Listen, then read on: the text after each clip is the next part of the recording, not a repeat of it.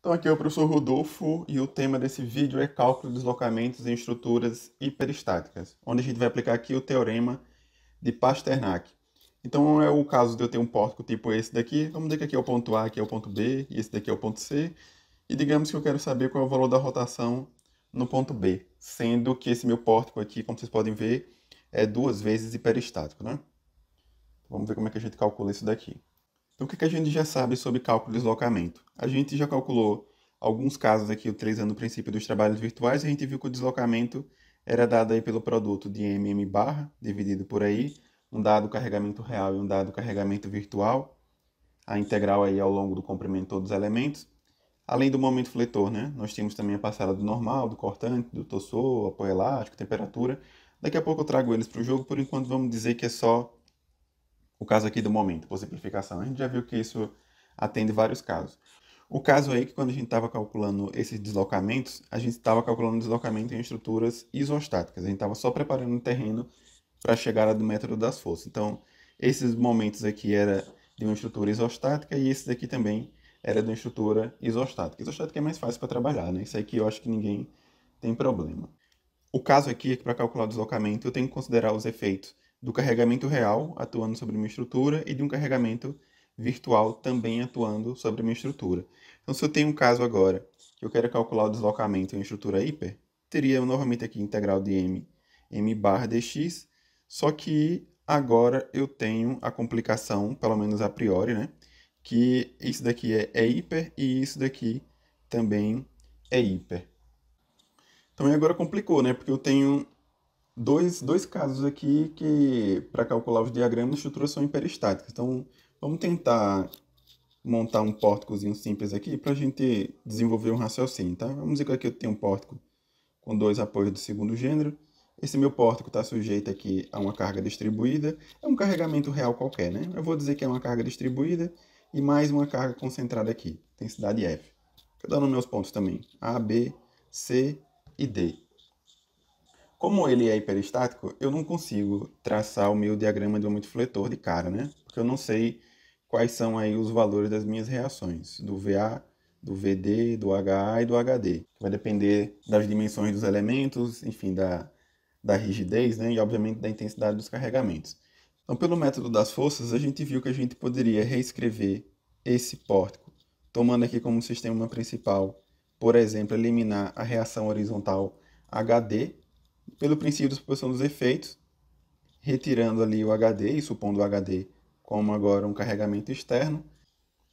Então eu poderia no primeiro momento colocar aqui os meus carregamentos reais, aqui a carga distribuída, Q, aqui a força F, e nesse outro aqui colocar a minha reação HD. Pelo princípio de suposição dos efeitos, eu posso dizer, por exemplo, vamos considerar aqui o HA, uma força qualquer, mas vamos pegar a reação HA. Eu tenho aqui a reação HA. Como eu mudei, né? Eu retirei ali o apoio do segundo gênero e coloquei do primeiro. Esse daqui não é bem o meu HA. Eu vou chamar aqui de HA'. De modo que aqui também eu tenho um HA, só que agora vai ser o HA duas linhas. De modo que eu poderia escrever aqui que o meu HA, meu valor final, né? Vai ser dado aqui pelo HA' mais o HA duas linhas.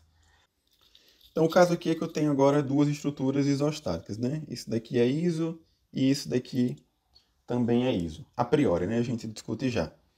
Nesse caso aqui, eu até conseguiria definir quem é o meu H', né? Sendo a força F, força Q conhecida, mas nesse outro caso aqui não, porque eu não conheço quem é ali o meu HD. A gente convencionou, ao invés de chamar de HD, ou poderia ter tirado também o VD, chamar isso de X1. Então eu vou trocar aqui HD por X1.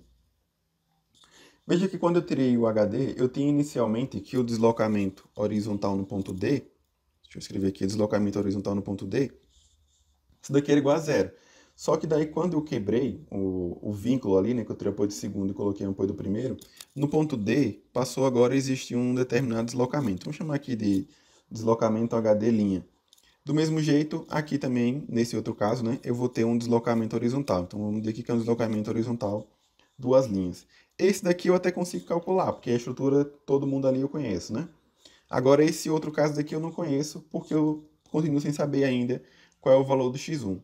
Daí o procedimento que a gente utilizou foi, ao invés de colocar o x1, a gente coloca aqui uma força unitária. E aí, sendo essa força agora unitária, eu consigo calcular qual seria esse deslocamento. E aí, eu posso dizer que o deslocamento total aqui vai ser esse que a gente está calculando com a carga unitária multiplicado pelo x1. Nesse caso daqui, né, o deslocamento medido aqui, ao invés de escrever deslocamento horizontal em D, foi o que a gente convencionou chamar de Δ10, né? Do mesmo jeito aqui, o deslocamento devido à carga unitária foi o que a gente convencionou chamar de Δ11. Então, teria aqui Δ1 vezes x1. A nossa condição inicial lá é que isso daqui tinha que ser igual a zero. Agora sim, como eu consigo calcular o Δ10 e o Δ1, eu conseguiria calcular o x1, sendo que o meu x1, na verdade, é o HD, né? Mudei de nome só por conveniência. E aí, uma vez que eu conheço o HD, eu poderia aplicar o somatório de força horizontal e calcular quem é o HA, e depois o somatório de momentos calcular quem é o VD, e depois do somatório de forças verticais calcular qual é o valor aí do VA. Tenho aqui as minhas reações, posso então traçar o diagrama de força normal, posso traçar o diagrama de força cortante e posso aqui traçar o diagrama de momento fletor. Aí eu posso dizer que a minha estrutura hiperestática está resolvida.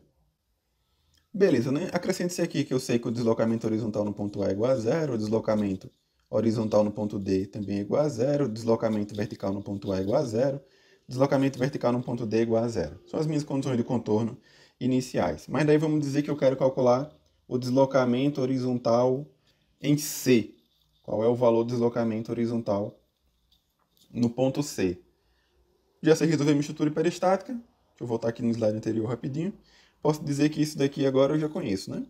Esse meu M eu já conheço. E quem seria, então, o meu M barra? Ora, se eu quero calcular o deslocamento horizontal no ponto C, veja que trabalho, viu? Eu teria que pegar o meu pórtico, que é hiperestático, né? Não vamos esquecer disso. E se eu quero calcular o deslocamento horizontal no ponto C, eu vou agora aplicar uma carga horizontal aqui no ponto C. É um problema, né? Porque eu vou fazer isso para calcular meu diagrama de aumento fletor M barra. Só que, de novo, eu tenho a estrutura hiperestática. Aí eu teria que repetir toda essa ladainha aqui de novo, né? Para conseguir calcular qual é o meu, vamos dizer, né? O meu x1 barra, né? Posso dizer assim, né? O meu x1 barra para depois calcular quem é o meu novo HA, quem é meu novo HB, meu novo VA, meu novo VB, para finalmente conseguir chegar nesse cálculo aqui do deslocamento. Então, muito trabalho, né? Só que daí a gente vai tentar dar uma resumida nesse trabalho aqui. Deixa eu voltar mais uma vez para esse slide. Vamos pegar aqui um conceito que é importante para a gente, tá? Tirando aqui, inclusive, desse caso daqui. Veja que aqui eu peguei, né? Eu disse que o H... Todo mundo deve concordar comigo nesse ponto, né? O HA é igual ao H' mais ao H duas linhas. Escrevi aqui também que o deslocamento horizontal em D era o deslocamento horizontal em D' mais o D duas linhas. Peguei uma força, peguei um deslocamento. Vou generalizar isso daqui. Eu vou escrever como um efeito qualquer, tá? Eu posso dizer que esse efeito qualquer vai ser o efeito lá do meu carregamento real lá no meu sistema principal.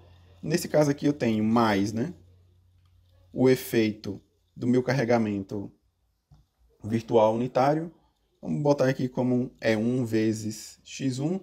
Mas nesse caso aqui eu peguei um pórtico por simplicidade, né? Que era só uma vez hiperestático. Mas se eu tivesse duas vezes aqui eu teria 1 é 2 vezes x2. Se fosse 3 vezes hiperestático eu teria aqui 1 é 3 vezes x3 e assim por diante. De modo que eu posso resumir isso daqui como um determinado efeito que eu estou querendo avaliar. Vai ser lá o meu efeito zero, que é do meu carregamento real no que eu escolhi como sendo o sistema principal, mais aqui um somatório dos efeitos corrigido lá pelo xi, né? Que eventualmente eu tive que fazer correção. Então vamos ficar com isso daqui, tá? A gente vai conseguir resumir muita coisa com essa expressãozinha aí. O efeito é igual a E0 mais o somatório de E e xi. Eu acho interessante circular isso daqui também. Delta 0 mais delta 1, x1 igual a zero, que é aquele ponto lá que a gente tinha o deslocamento conhecido, né? Poderia ser, por exemplo, o deslocamento, qualquer um desses aqui, né? Deslocamento vertical em D, deslocamento vertical em A, deslocamento horizontal em D, deslocamento horizontal em A. Beleza, né? Tá, vamos ver o que é que eu consigo fazer com isso. Deixa eu aproveitar esse slide aqui. Deixa eu apagar isso daqui, né? Vejam, nós temos que o deslocamento vai ser dado pela integral de m barra, dividido por EI dx. Por conveniência, eu vou trazer o EI, vamos supor, né, que a inércia é constante, tá? E eu vou trazer o EI para o lado de cá, só para ficar mais fácil para eu desenvolver aqui a equação. Então, EI vezes o delta vai ser igual à integral de m barra dx. Aí vamos lá, do que a gente viu aí do slide anterior, né? Eu tenho que um efeito qualquer pode ser escrito aqui como é zero mais um somatório de EI vezes XI. Por simplificação, eu vou considerar que eu tenho a priori aqui uma estrutura que é só uma vez hiperestática, tá? Então, que eu teria E1 vezes X1. Ora, se esse aqui é um efeito qualquer, aquele meu M ali, eu posso escrever como M vai ser igual M0 mais M1 vezes X1. Isso para o carregamento real. Para o meu carregamento virtual, ou para o meu estado virtual, como queira, né? Eu posso dizer que meu M barra vai ser igual o M0 barra mais o M1 barra vezes o X1 barra. Beleza, né? Daí veja só, eu tenho aqui que o EI vezes o delta, que é igual à integral de M1 barra dx. Eu posso reescrever isso daqui como a integral de M0 mais M1 X1 vezes M0 barra mais M1 barra vezes X1 barra dx. Posso realizar aqui esses produtos, né? E daí aqui eu fico com M0 barra mais M0, M1 barra, X1 barra, mais M0 barra vezes M1 X1, mais M1 vezes M1 barra, vezes X1 vezes X1 barra. Tudo isso daqui integrando em dx. Aliás, fica subentendido, né, que isso daqui é de 0 a L, né, até o comprimento do meu elemento. Então vamos tentar organizar mais um pouco isso daqui. Isso daqui vai ser igual à integral de 0 a L. Vamos botar aqui o M0 em evidência. Daí eu tenho M0 barra, né, vezes o M0 mais M1x1. E eu tenho aqui ainda mais, vamos colocar agora o x1 barra em evidência. X1 barra vezes M0 vezes M1 barra mais M1 vezes M1 barra vezes X1. Novamente isso daqui, integral de x. Eu acho que eu já consigo começar aqui a fazer algumas simplificações. Vejam aqui, aqui eu tenho M0, M1x1. Aí veja que isso daqui é o M, né? Então eu acho que vale a pena reescrever isso daqui como integral de 0 a L, M0 barra dx. Em relação ao outro termo, a gente tem que o x1 barra é uma constante, né? Ele está ali representando, eventualmente, uma reação de apoio ou algum esforço interno que a gente optou por remover. E sendo ele uma constante, eu vou tirar ele da minha integral e vou escrever aqui como x1 barra, aí vezes, aí vou separar ali as outras duas integrais, então aqui eu tenho agora a integral de M0, M1 barra, dx, e tenho aqui mais a integral, obviamente isso aqui é de 0 a L também, né? Mais a integral, eu acho conveniente também tirar o x1 daqui, então eu vou tirar aqui x1 M1 vezes M1 barra dx. Pronto. Aí vamos lá, né? Vamos lembrar quem é o M0 M1 barra. Talvez eu devesse ter relembrado isso também no slide anterior, mas é de lembrar, né, que o delta ij, quando a gente estava lá no método das forças, o delta ij podia escrever como integral de mi mj, né, dividido por aí, dx. Então esse m0, m1 barra que eu tenho aí é um deslocamento, né? No caso aqui vai ser o delta 10. Então aqui eu tenho a integral de 0 a L, m0 barra dx, aí aqui eu tenho mais x1 barra. Esse meu primeiro termo aqui, integral de m0 m1 dx, isso daqui vai resultar no meu delta 10. Aí ali eu tenho agora mais x1 vezes a integral de m1 m1 barra. A integral de m1 m1 barra dx, isso daqui é o delta 11, né? Então eu fico aqui com o meu deslocamento, o E delta no caso, né? O produto do deslocamento pela rigidez, vai ser integral de 0 a L, m0 barra dx mais x1 barra multiplicado aí por delta 0 mais delta 1 vezes x1. Engraçado, né? Quem é delta 0 mais delta 1x1? Vamos botar rapidinho aqui no slide anterior. Isso daqui é zero, né? Então, se isso daqui é zero, esse termo aqui eu posso cortar, né? Porque tudo isso daqui vai ser igual a zero. Aí veja só que legal. O deslocamento, que era dado ali pela integral de m barra i dx, isso daqui vai ficar resumido na integral de m0 barra dividido por i dx. E daí, né? Qual é a diferença? Parece que não mudou nada, né? Mas mudou e mudou muita coisa. Eu vou dar um zoom aqui, tentar, né?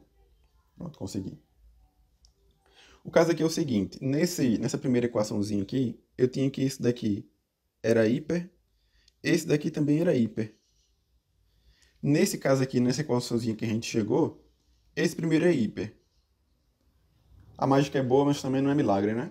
Mas esse outro caso aqui, que antes era hiper, agora é iso. Então, nesse caso aqui, a gente identificou que, para calcular o deslocamento em uma estrutura hiperestática, um dos casos aqui, na minha simplificação, né, eu preferi deixar aqui conhecido o caso do carregamento real, porque obrigatoriamente a gente vai ter que calcular isso daqui mesmo, né?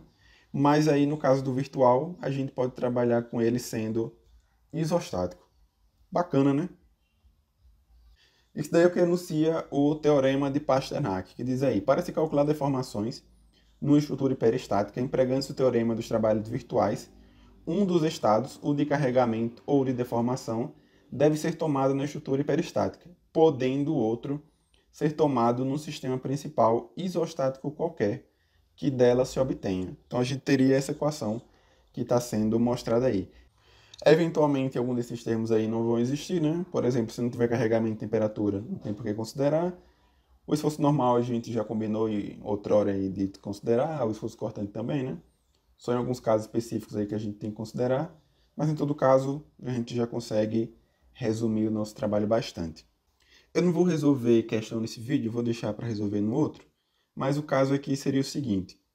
Naquele mesmo pórtico lá que eu queria calcular o deslocamento horizontal no ponto D, sujeito inclusive lá aos mesmos carregamentos que eu indiquei, porventura, né? Carga distribuída, aqui uma força concentrada, quer queira, quer não, né? Até para fazer dimensionamento, né? A gente precisa saber os esforços que estão atuando. Então, a estrutura hiperestática a gente teria que resolver, em todo caso. Então, daí a gente tem conhecido o diagrama de aumento fletor, o diagrama de esforço normal e o diagrama de esforço cortante. E as reações também, né? Isso daqui vamos dizer que a gente conhece, quer queira, quer não, a gente conhece. Mas daí, né, além disso, é pedido aí para calcular o deslocamento horizontal no ponto C. O critério aqui que a gente chegou é que, pô, pro caso aí do hiper eu já conheço tudo. E aí suponho que eu quero calcular o deslocamento horizontal no ponto C. Na equaçãozinha lá que a gente chegou, isso aqui vai ser igual a integral de m0 barra, dividido por i, né? dx. Isso aqui significa dizer que, no caso aqui do meu carregamento virtual, eu não preciso mais considerar que a minha estrutura é hiperestática. Eu posso adotar esse caso aqui para um sistema principal qualquer. Eu poderia, por exemplo, considerar que eu tirei lá a minha reação horizontal, lá no ponto D, aplico aqui uma força horizontal, que vai gerar para mim um determinado diagrama de aumento fletor, M0 barra, e é só isso. Combino um com o outro, eu tenho lá meu deslocamento horizontal no ponto C. Ou eu poderia, ao invés de tirar a reação da direita, eu poderia tirar aqui a reação da esquerda. Mais uma vez aqui, aplicar uma força unitária aqui, traço o meu diagrama M0 e também calculo o meu deslocamento. Ou poderia também, ao invés de tirar uma reação horizontal, eu poderia tirar uma reação vertical, no caso aqui agora eu estou tirando o VD, aplicar uma carga unitária, calcular o M0 e do mesmo jeito me daria o deslocamento horizontal no ponto C. E aí, para encerrar o vídeo aqui, poderia ainda eliminar a reação vertical no ponto A, mantendo-se os outros ali, aplicar uma força unitária, traçar o diagrama M0 e também isso me forneceria o deslocamento horizontal no ponto C. Já está chato, né? Mas vamos mais um. Poderia ainda manter todas as minhas reações e colocar uma rótula, por exemplo, aqui no ponto B, aplicar uma força unitária, traçar o diagrama M0 e combinando lá com o meu diagrama de momento fletor real, também me daria o deslocamento horizontal no ponto C. Há de analisar com mais calma, mas via de regra, isso daqui não necessariamente é igual a esse, que esse daqui também não vai ser igual a esse, que não vai ser aqui igual a esse, que também não vai ser igual a esse. Os M0 são diferentes entre si, mas pelo teorema de Pasternak, todos eles conseguem fornecer igualmente o deslocamento horizontal no ponto C. Parece mágica, né? A gente vai ver isso no vídeo seguinte, no qual eu calculo um deslocamento em estrutura hiperestática. Bacana, né? É isso. Aqui é o professor Rodolfo, disciplina hiperestática.